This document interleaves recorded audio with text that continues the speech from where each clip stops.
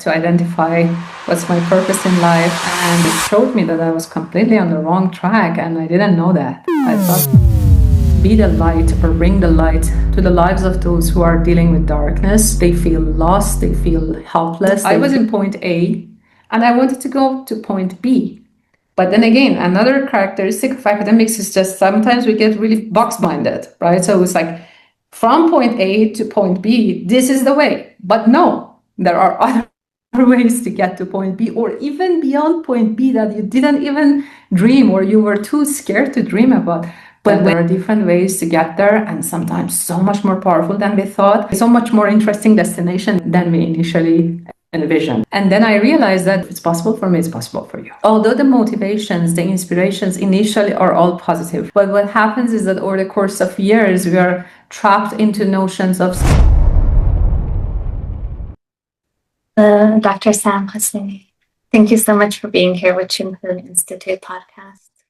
Sam, you have published in some of the top journals in the world. You've inspired so many, including myself. So I am so grateful that we have a chance to be here. And before we jump in, I wonder if you can just share a little bit with our audience about who you are and why they need to listen to this.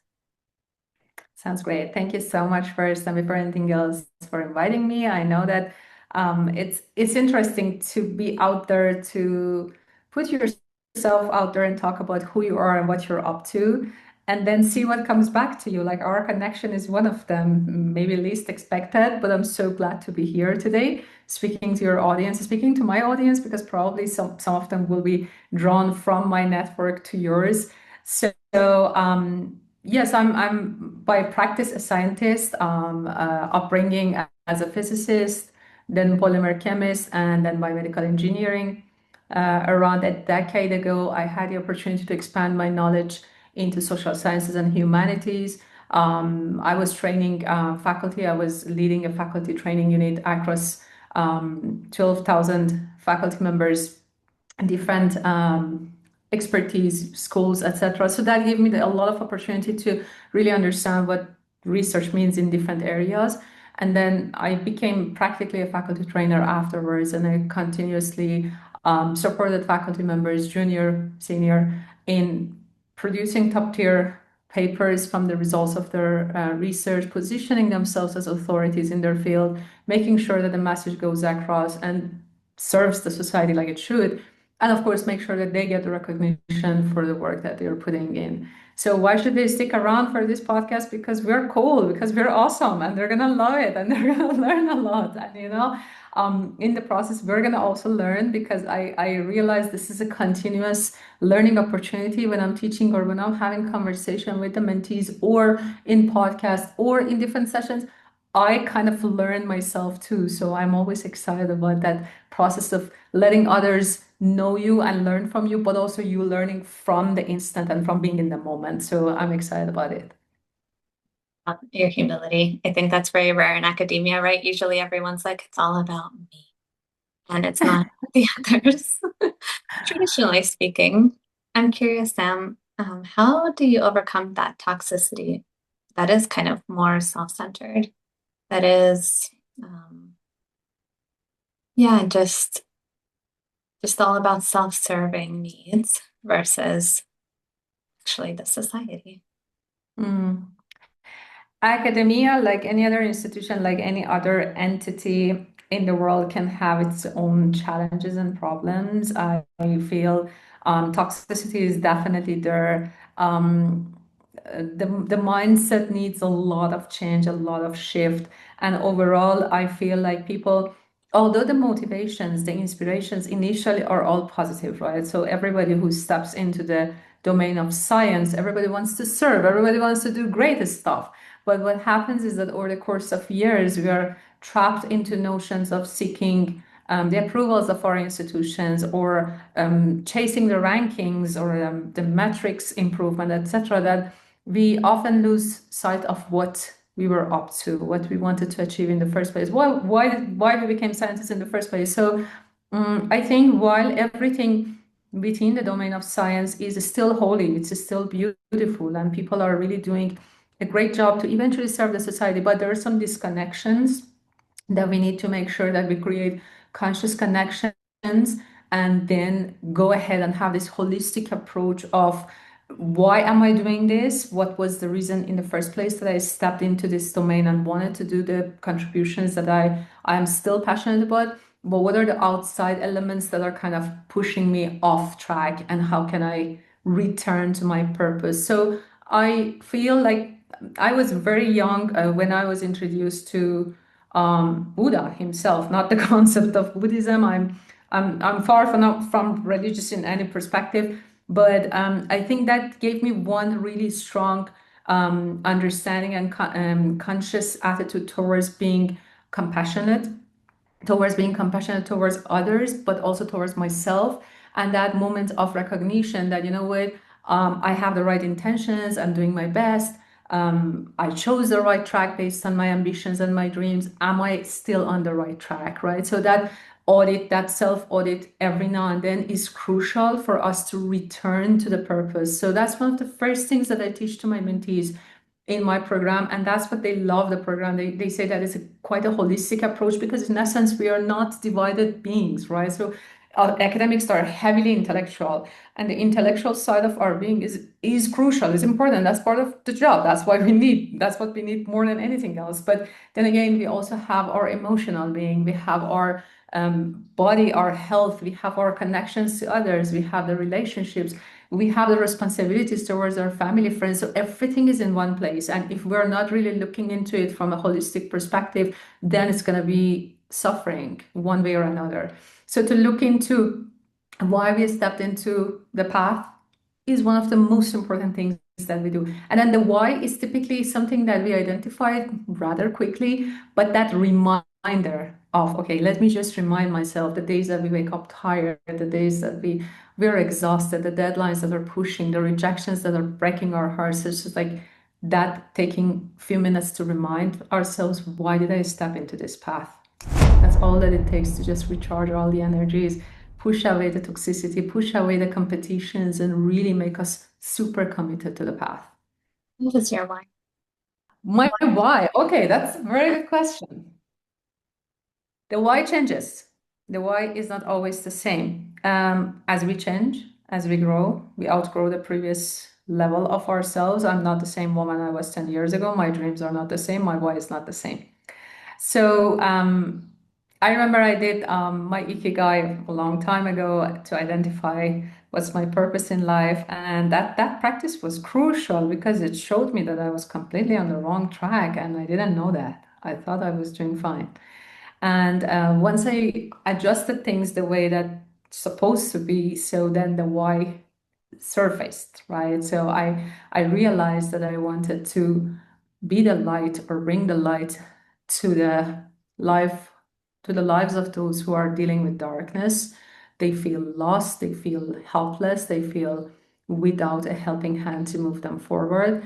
And that became like an overarching umbrella in my life. That became like the shelter over all activities and dreams. Because one thing that I always say, and it makes so much sense to me, I don't know how much it makes sense to others, is that to dream, to make a specific dream, is a very stupid thing to do, because we really don't know what are the possibilities and opportunities out there, because our dreams can be sometimes so small compared to what we can achieve, and the life itself, the universe itself, is so big and full of so many opportunities. So I realized that when I dream, I kind of set myself short. Sell myself too small, and I set limitations over what I can achieve. So that's where I realized that a better approach is to set a theme instead of a dream.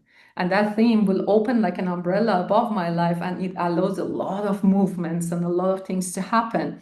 So the theme was to bring light to the life of others, however that can manifest, however it can be possible. And it became possible in multiple ways. But guess what? I outgrow that level. I started growing to the next level, and I started feeling like, okay, now the why is different. Now I'm pushing too hard, and it looks like a little overwhelming to people, people around me. So, and then I realized that intensity is leading me to another level of finding my purpose in life. And now I came to the point that I realized that, you know what, I want to be the guru for the super ambitious people.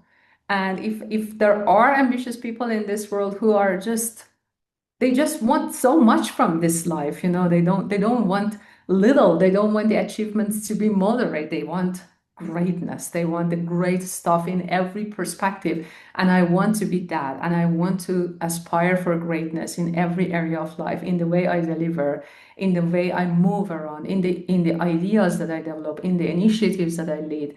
I want them to be to the max. So how can I be that and manifest that? And as I am moving, as I'm learning my path and paving my path, how can I be that, again, that light for others? How can I show them that it's possible? If it's possible for me, it's possible for you. That's so inspiring, especially theme versus dream. That's my firm belief now. Believe me, it's so much more powerful, and it leaves the landscape open. It leaves the canvas completely free for you to paint and say, no, no, no, this was not, and then repaint and say, no, this is not. And because there are millions of Facebook, and it has been shown to me over and over again. I was in point A, and I wanted to go to point B. But then again, another characteristic of academics is just sometimes we get really box-minded, right? So it's like from point A to point B, this is the way. But no, there are other ways to get to point B, or even beyond point B that you didn't even dream or you were too scared to dream about. But when we let it a little bit to the entire universe to aspire with us and to work together, to conspire with us, better say, then we can see that there are different ways to get there, and sometimes so much more powerful than we thought, and so much more interesting destination than we initially envisioned. So it's really amazing to go with the theme instead of a dream. Yeah. And especially in the West, I think this is really needed because we're so stuck in the box in the West, right? It's like, oh no, but the supervisor or whoever said A equals B. Yeah. You think that's it?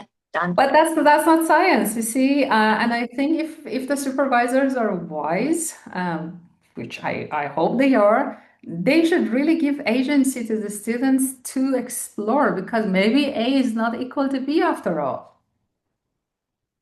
Maybe there are other ways to get things done. I have challenged my advisors multiple times, and they were extremely mature to say, well, show me the proof. And then I went ahead and came back after some months with the proof. And they were like, well, that's really cool because we didn't think that could happen.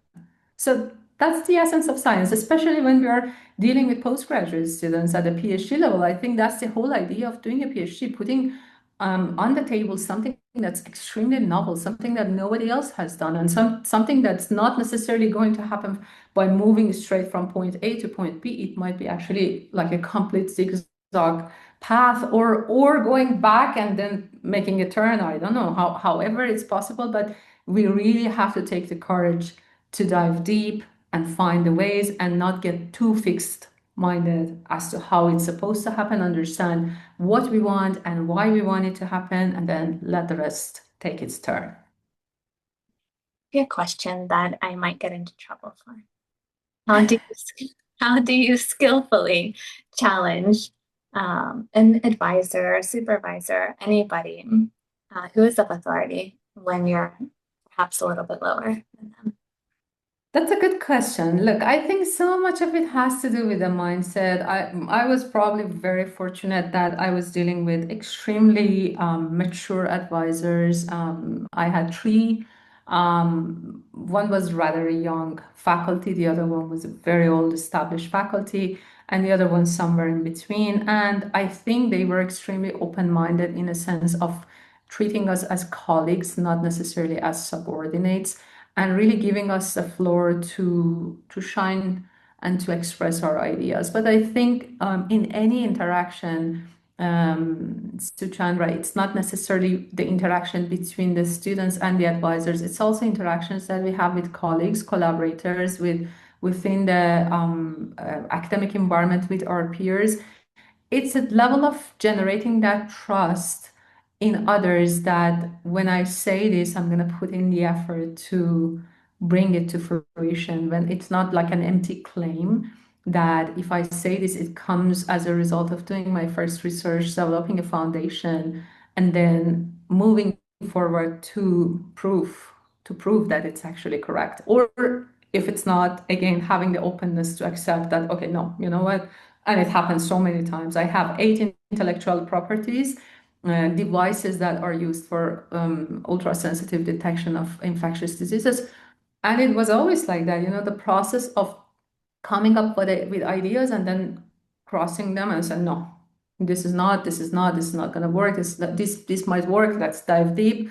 So that's the whole purpose of doing science. And I think if we really go with reason, no, I always say, even in writing, I tell my mentees, don't use too many I or we. It's about the work. It's about the study. It's not about you. It's not about we. It's not about them. It's about the work. So if we put the work ahead of us and talk about where it is now and where it can be, or what are the angles that I see it can be improved, and go with that clarity to advisors or to any higher ups and seek their support with humbleness, right? So that is very important because we put science before ourselves. We're not talking about me or what I think or what I feel. No, it's not about me, it's about the work. So with that level of humbleness, with that level of clarity, and with the trust that we generate, that we're going to put in the work, we're going to show that it's possible, or if it's not, we accept it with openness. Um, that should be fine, because anyone in the academic world, anyone within this, still I call it a holy domain, wants to really advance the science. So that's the primary purpose for all of them, to advance the science. So if there is anything helping the science move forward, it should be fine with all of us. And when we put science first, how do we not jump from the extreme of I'm going to stay up all night, every night, be sleep deprived, to look like a zombie, come into a PhD program, with whatever color hair, and leave with half bald with gray hair?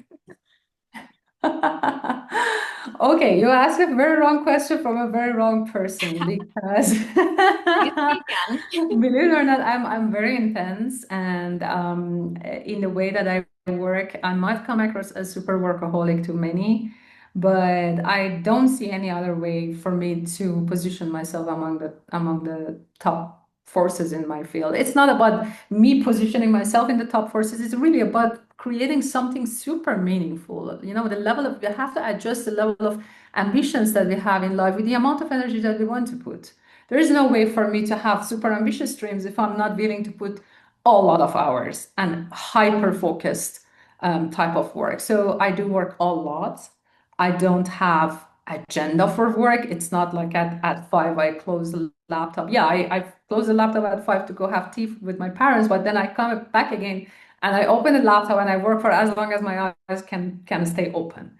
And then again, I go to bed early and I wake up sometimes 1:30 in the middle of the night and I continue working. So there's a price to pay for everything in life. The price of comfort is, of course, staying at moderate levels of achievement, which is fine, might be fine for many.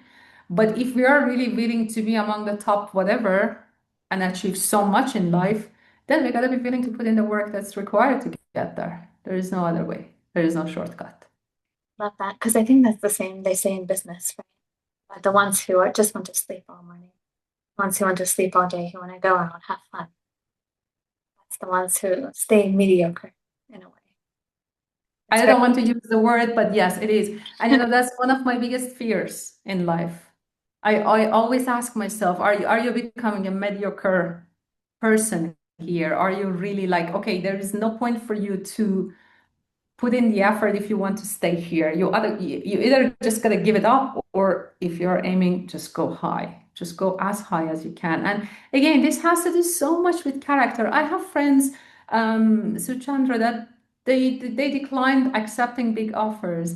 They were being offered leadership positions, management positions. They declined because they wanted to have their family life. They wanted to have more kids. They wanted to live life, and that's perfectly fine. Not everybody has to have the same level of ambitions. Not everybody has to have the same set of themes or dreams, right? So it's not for everyone, but I feel at least those who are stepping into the PhD studies, it's a huge deal. It's a huge achievement. So if you are in it, give your best for the next 3, 4, 5, whatever years it's gonna take, because according to different education systems, different durations. But just give your best to this and get it done, and get it done with success, with great results, so that you can set yourself up for the next stage of your career. And if you're going towards industry, towards academia, whatever it is, you have a smooth transitioning. That seems like everything in life. If we're going to do something, why are we not going to put our whole heart there? And you know what? Exactly what you said is very powerful, because over the course of years, I also became extremely hard-headed in not doing things that I don't want to do, right? So there are a lot of times that businesses are offered to me, collaborations are offered, invitations are offered. The answer is straight no, and no remains no, because again, resources are limited, and part of these resources are my energy, my hours, and my focus, and my ability to put in the work, right? So, and if I want to diversify, and I identify that as one of the biggest problems, one of the biggest reasons people fail is that they diversify their attention too much, and they don't stay hyper focused, hyper sharply focused on one specific theme in their life, one specific achievement, one mastery, one art that we have to master. So, and that takes a lot of energy. That again spreads them too thin, and they become like another fear of mine, to become they call it the jack of all trades, master of none. That's what I don't want to be. How did you explain this to maybe your friends or your family, that you're just not going to have so much time anymore for them when your mind? Again, you see, just like the cool advisors who understand, good friends who really wish you best, they understand. They won't demand too much time from you. And I'm again, in the course of years and with maturity, I've become extremely clear about what I want and what I don't want, and what I'll do and what I won't do. And I think over the course of years, people only develop more respect for you, because they know your yeses are a real yes, and your no is no, because they've heard it so many times, so they know that there's no joke with you. But when you say yes, it means so much to them, because they know that you're going to stand by your words, and they also know it means your full commitment. So those who are real friends, those who really want to see you succeed, they say, of course, go for it, and we're there whenever you need something. We're there. And it's really not about the amount of time. It's even in parenthood, because sometimes academics particularly have this challenge of how to balance between the family responsibilities and work. Work is intense, it's so much responsibility. So those who have elderly parents, those who have children, family to take care of, their spouse, the attention that they need. So it's really not the function of how many hours we spend with them. It's about the intensity of those hours that we spend with them. What's the point if I'm sitting there next to my kids the whole day, when I'm just scrolling my phone up and down and don't even look at them, as opposed to just spending 1 hour with them and just play and be playful and listen to them, or be with my parents and have the full concentration on what they are saying, absorbing and adding value. Or for my friends, if I'm now, instead of once a week girls' night out or whatever, it really comes down to the amount of intensity and intention that you put into your hours with your friends. If I'm not able to catch up with my friends every single week like we used to, nothing happens, because if we're meeting together, if we're getting together once per month, but those 2-3 hours that we're hanging out, it's really about listening to each other, hearing out where they are, what they're going through, offering support, being there for each other. That is so meaningful, and it already does the job. So there is nothing to worry about. There is not no that it's really not the function of hours, it's the function of quality that we pour into the hours that we spend with others. This kind of ties into mindfulness presence. It just seems like the way that you put your awareness into your research, into your writing, is the same awareness you put into every aspect of your life. That moment, that's it. You're not thinking about how am I going to do X, Y, and Z for a paper or for the lab when you're with others. So what's your writing process, Sam? Like, how do you stay so concise. And I mean, I read some of your research and it's like way beyond my scope, completely beyond my scope. Yeah. But I'm just so wow. How do you do the wow? Produce it. But what you mentioned, by the way, is really important. I remember back then when I was a PhD student, we had a lab. There was three parts, and the part that I was sitting at, I had my desk at the very end next to a wall, and then the next table next to me was my advisor, and she was quite a loud person, the principal advisor. She was loud, and she would come in, and the three parts of the lab, the friends that were sitting on the other two parts, they would lose their concentration completely the moment the advisor came in. And she would come in right next to the table, behind my table, and she would start like giving the instructions to everyone and screaming. And my friends were like, how do you still sit there and just do your things as if nothing happened? So it's the result, it's the fruit of meditation. So I've been doing meditation for years now. Like I mentioned, I was introduced to the concept of Buddhism, who was Buddha himself, what is the practice of meditation. Since 17, I've been meditating. And concentration, of course, comes as a fruit, as a sweet fruit that when I am there, it doesn't matter. The world around me can fall apart and I'm still sitting there and writing. And I get really, really heavily absorbed in the moment and the tasks that I'm doing. And the same thing applies when I'm with my friends and family. Of course, things start popping up here and there, but you ignore them, right? So you let them pass. That's exactly what you do in meditation. It doesn't mean that you're just like sitting there in this stillness and nothing happens. No, of course, the thoughts starts coming in, the worry starts coming in, happy moments, sad moments, fears, everything. But you just let them pass by like the clouds just passing by, and the sky becomes blue and clean and nothing is there. And then you just get immersed in the task that you're doing. So I think so much of it has to do with clarity and the choices that we make at every single step, every single day, every single moment of our lives. I'm here and I'm gonna work. I am here, I'm gonna hang out. I'm going to listen to my friends. I'm going to be with my parents. I'm going to play with my cats, whatever it is, I am there.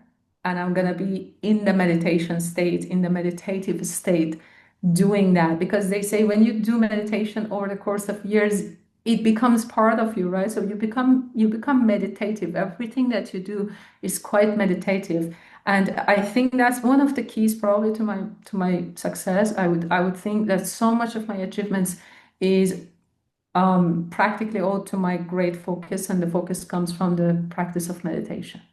You tell your students they must meditate or they should meditate because it seems like that's pretty essential. It took me so long to get meditation at my university, and then gratefully have a chance now to teach that to others. But I find people still don't understand the value.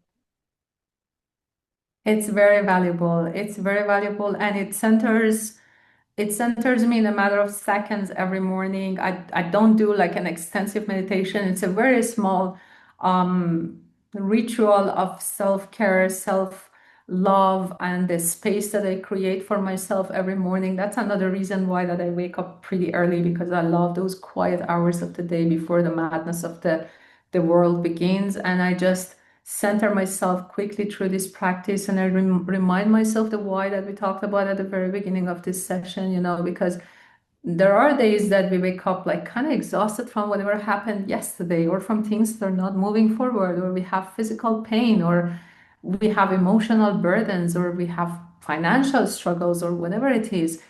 But the moment that we wake up, the moment that our feet touch the ground, um, the combo of meditation and gratefulness, because I think that's another superpower, to just remember that, okay, my feet touched the ground. How many others didn't?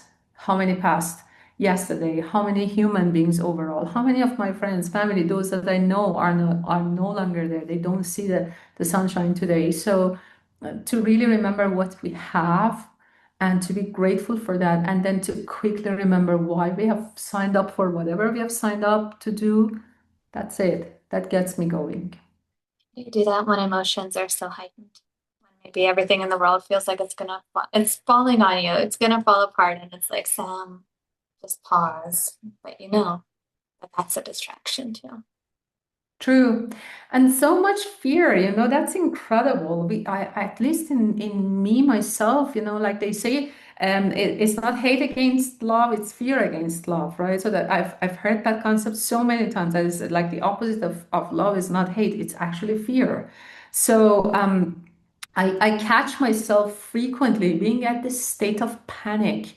What if this happens? What if that goes wrong? Brené Brown have a lot of insights on the concept of fear and what goes wrong, and part of it comes from the concept of deservingness, right? So it goes probably deep down into our childhood, our experiences where we felt that we didn't deserve good stuff to happen. That particular fear particularly creeps in when good stuff are happening, right? Like that you're marking some massive milestones, and then immediately first feel the fear starts creeping in. And Brené Brown suggests the practice of gratefulness. The moment that you start giving thanks for everything that you have in life, the fear starts fading away. So I have notes on my wall: no fear, no fantasy, no person. Like, do not hold into any fear. Do not hold into any fantasy either, right? So it's not a fairy tale like a Disneyland that things are just magically happening for you. No, you're gonna put in the work, right? You're gonna have a strategy to achieve results. And also, no, don't be attached to the outcome. I think that's one of the biggest qualities that we can develop to really get going and enjoy the process. Don't be attached to the outcome. Put in the best work. Don't be attached. Don't doesn't mean stay aloof and don't do anything, right? So no, do the work. Do put the best effort in, but then don't stay attached to the outcome. Let things unfold, and that allows us to just relax a little bit and enjoy the process. That imposter syndrome, especially those who have the merit to be around people who are better than them. I mean, I think for myself, I have a philosophy that everyone I'm around, I want them to be so much smarter, so much wiser, so much better than me in every way.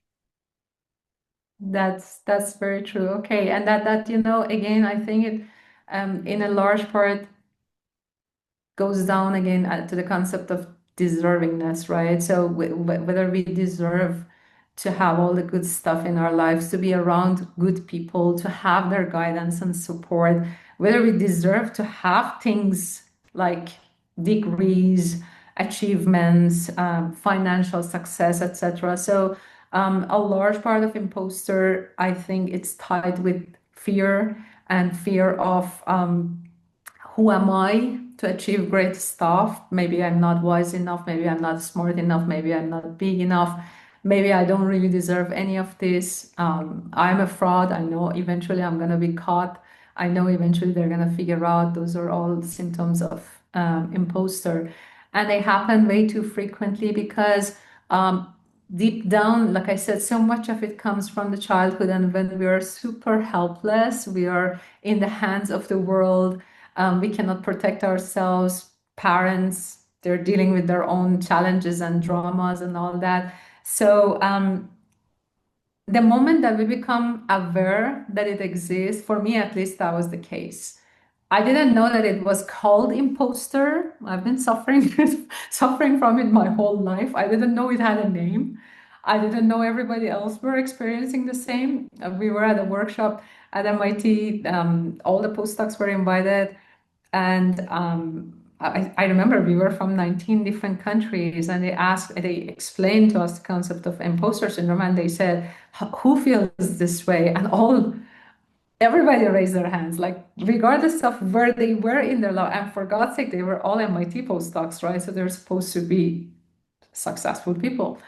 So, but that moment was crucial for me because that moment something clicked. The lights kind of went on, and I realized, okay, you know what? I'm living with this thing in the room where the lights are off. I probably don't see it or don't realize that it's around me.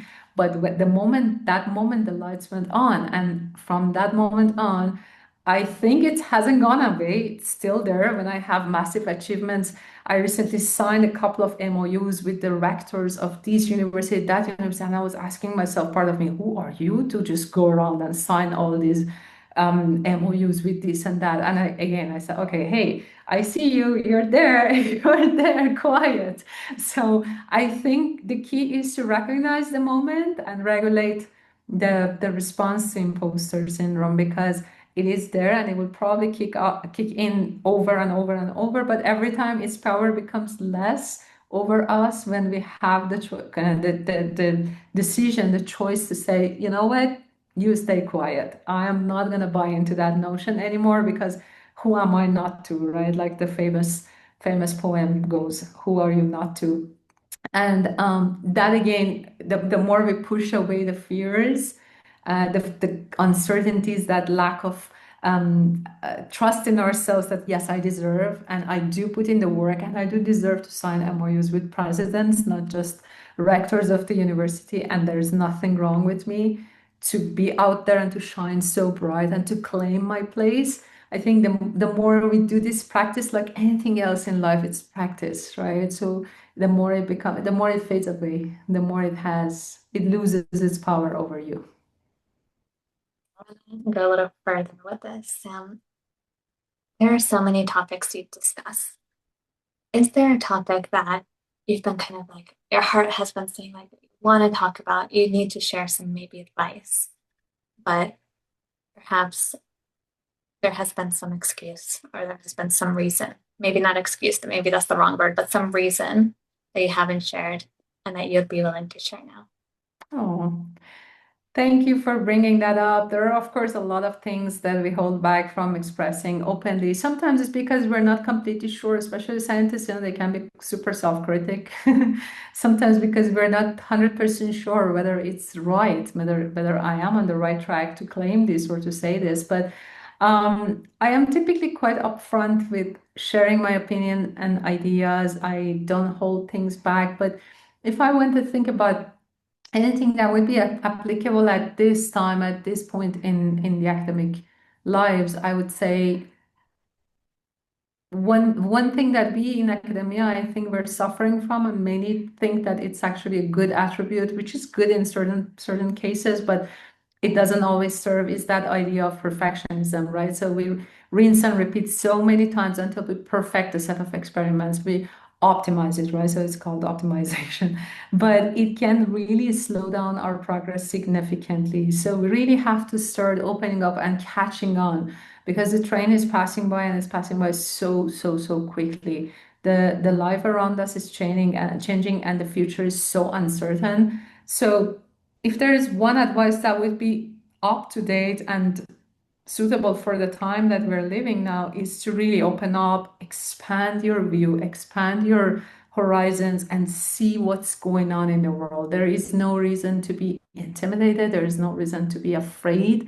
There are all the possibilities of becoming completely irrelevant in the future. Academia as a whole is in serious danger, but I feel the individuals who really do have the courage of coming out of that fear zone and stepping into the learning zone, leaving their comfort zone behind and passing through the fear zone and stepping into the learning zone, they will be the ones who will succeed in the future. So learn deeply and profoundly about what's going on in the world. How can I actually upskill myself, particularly for women in academia. I'm a big advocate of female, more strength to ladies in academia, more strength to female leadership, to female in heavily male dominant areas. To my male colleagues, sometimes one of the things that I see, and I sometimes feel like I wish academia knew better, is how to deal with finances. We are the biggest intellectuals in the world, the highest educated layer of the society, and we do use the biggest asset that we have in our lives, our brains. But typically, when it comes to finances, we don't live a secure life, right?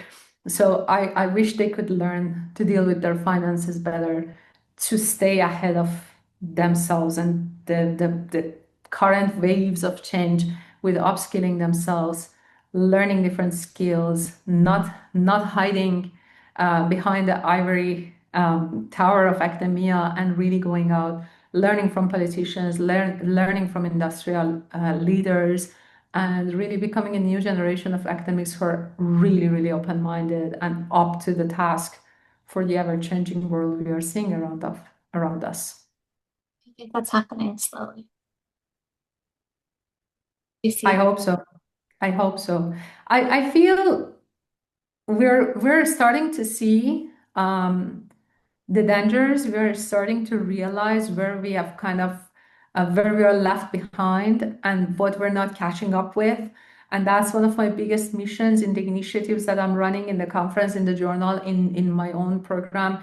This connection between academia, industry, and politics is a very powerful triangle that I'm constantly reading newsletters from politicians, from philosophers, from industrial leaders, and of course papers of academia, because I think the academic view is what I've learned, what I have, is kind of ingrained, but the other two got no clue. I'm developing that, and it's I think one of the weakest points of academia, and one of the reasons why we are under attack at the moment. what about the younger generation? How can we inspire them to pursue academia? Feel everyone I speak to who's just graduating high school or who graduated in the last 5 years don't really want anything to do with academia. 90%. And I was shocked by that. And this is anecdotal. I don't have the data. I just have my own experience. Mm-hmm. Um, I think the opportunity for us is for academics, right? So for us as academics is mutual. It's as much as we're trying to teach them, we have the opportunity to learn from them. As much as we're trying to inspire them, we have the opportunity to be inspired by them. Because I think the future of learning in general, the future of education is going to change dramatically. Just like the flipped classrooms that became quite a powerful concept some years ago, that the students would learn prior to attending the class, and the class would be only to tackle the problems and try to resolve the things that are still unclear in their minds. So I think that's going to be the future of education now with all that's happening. And I think the biggest way of encouraging our students is to really walk with them through the uncertain moments, right? Because we're all dealing with uncertainty. So develop the character, that strength in their character to deal with uncertainty. At the moment, there are many who don't even know what to study because there are areas that are completely vanishing from the face of higher education. And whether I would be still relevant to the job market when I get my degree, will I have job opportunities? Those are the questions that young generation is asking. So I think, and this is also something that I'm learning as a result of all this continuous reading and interacting with the philosophers, that one of them is a great thinker that I've invited to send a perspective article to my journal, that she's an expert in the area of questions, right? So it's her name is Pia, and if you're interested, I can also give the link to her LinkedIn for whoever wants to follow her updates. She's an incredible thinker, PhD holder too, philosopher, who believes, and it is true, that we're living in the era of answers. So the answers are no longer a problem. I just have to prompt any AI and it gives me a whole load of answers. I just have to type a few keywords in YouTube and it gives me the best lectures in the world. So now the art is in asking the questions. Now the art is in dealing with uncertainties. Now the art is tapping into our whys more frequently, and going really deep down into the core of why we have signed up for whatever we have signed up, and what do we need at this moment to succeed in our mission. But that not losing sight of the mission is incredibly important. Do you think that people today need to ask themselves, is it relevant anymore to ask, will this degree produce a job? Or is it, you mentioned the theme, right? The degree producing a job, that's a dream. So if we're focusing on the theme, then isn't it, this is what I'm so passionate about, this is what I love, and I will find a way to make an impact in the world based on this. In a way, isn't that enough? Um, it is, look, we've attended a workshop some time ago through the university, and it was with some of the biggest leaders in the area of future of education and lifelong learning and AI. And we did this practice of envisioning what would be the death of academia, right? So what's going to happen if the academia has completely out, has been wiped out, right? It doesn't exist anymore. And it was a very scary practice, right? So for us as a bunch of academics and leaders of academia to sit down and put down all the scenarios as to what life looks like if academia is no longer there, it's a very scary scenario. But I feel in whether you are within the traditional academic system or you're learning on demand or you are taking alternative credentials or lifelong learning pathways, the qualities that you need to develop, those qualities are important. So however you want to go, whether you are tied with a traditional degree, that's fine. You want to learn it outside a traditional degree, there are countless examples of super successful people who don't hold a degree. They have never gone to a university. Or you are practically going to the job market and picking up the skills that you need on demand. That's also another pathway. So either way, take a look at the Future of Jobs reports. Take a look at the World Economic Forum's report. See what are the qualities, because this table continuously changes. It's not the same as 10 years ago. Now the qualities that are required are completely different than the past. And it's amazing as technology evolves, how soft skills, which are sometimes harder than hard skills to develop, how soft skills are becoming essential: collaboration, teamwork, problem-solving skills, critical thinking. See how you're going to develop. And of course, technical knowledge is there, right? So without technical skills, you're not going to get the job, with or without university. But are you developing all the skills that are on that list? Take a look at them and find the best avenues to really upskill yourselves. Because if you know that the future of jobs says this, so how many of them I'm actually checking by attending the university? And if the university is the plan, then what else is there? How else I can improve my skills and my knowledge? Now, well, at what point are those resources maybe noise? For example, I think, and I'm going to show my age here, in 2007, 2008, um, I was told mental health will get me nowhere, to study mental health, to study psychology. And now we're in a mental health epidemic. So Yeah. I didn't listen. Yeah. I'm glad I didn't listen. The same thing is happening to computer science, right? So back then, like 10 years ago, 15 years ago, you ask anyone what to study to be successful in the future, everybody would say study computer science. Nowadays, it's completely irrelevant, right? So it's no longer coding, no longer computer science, no longer software engineering, hardware engineering, and none of that seems to be as essential as it used to be. So, so much of it is really our responsibility to be on top of tasks, to continuously read, to upskill ourselves, and then again to tap into really what's our passion, what brings us joy, what really feels like, I told you, the hours just pass by and you don't even feel them.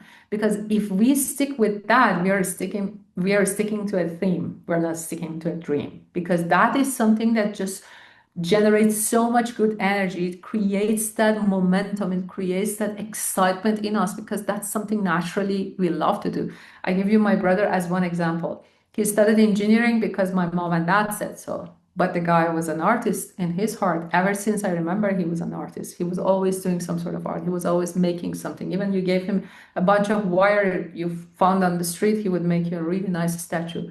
So he studied what he was like conventionally supposed to study to become an engineer, but it was never his dream. It was never his theme. It was never what excited him and brought him joy. And then eventually he switched back to art, multimedia, creative art. He became a senior producer. He is extremely successful, not only financially, but also achievement-wise, and he doesn't get enough of what he's doing.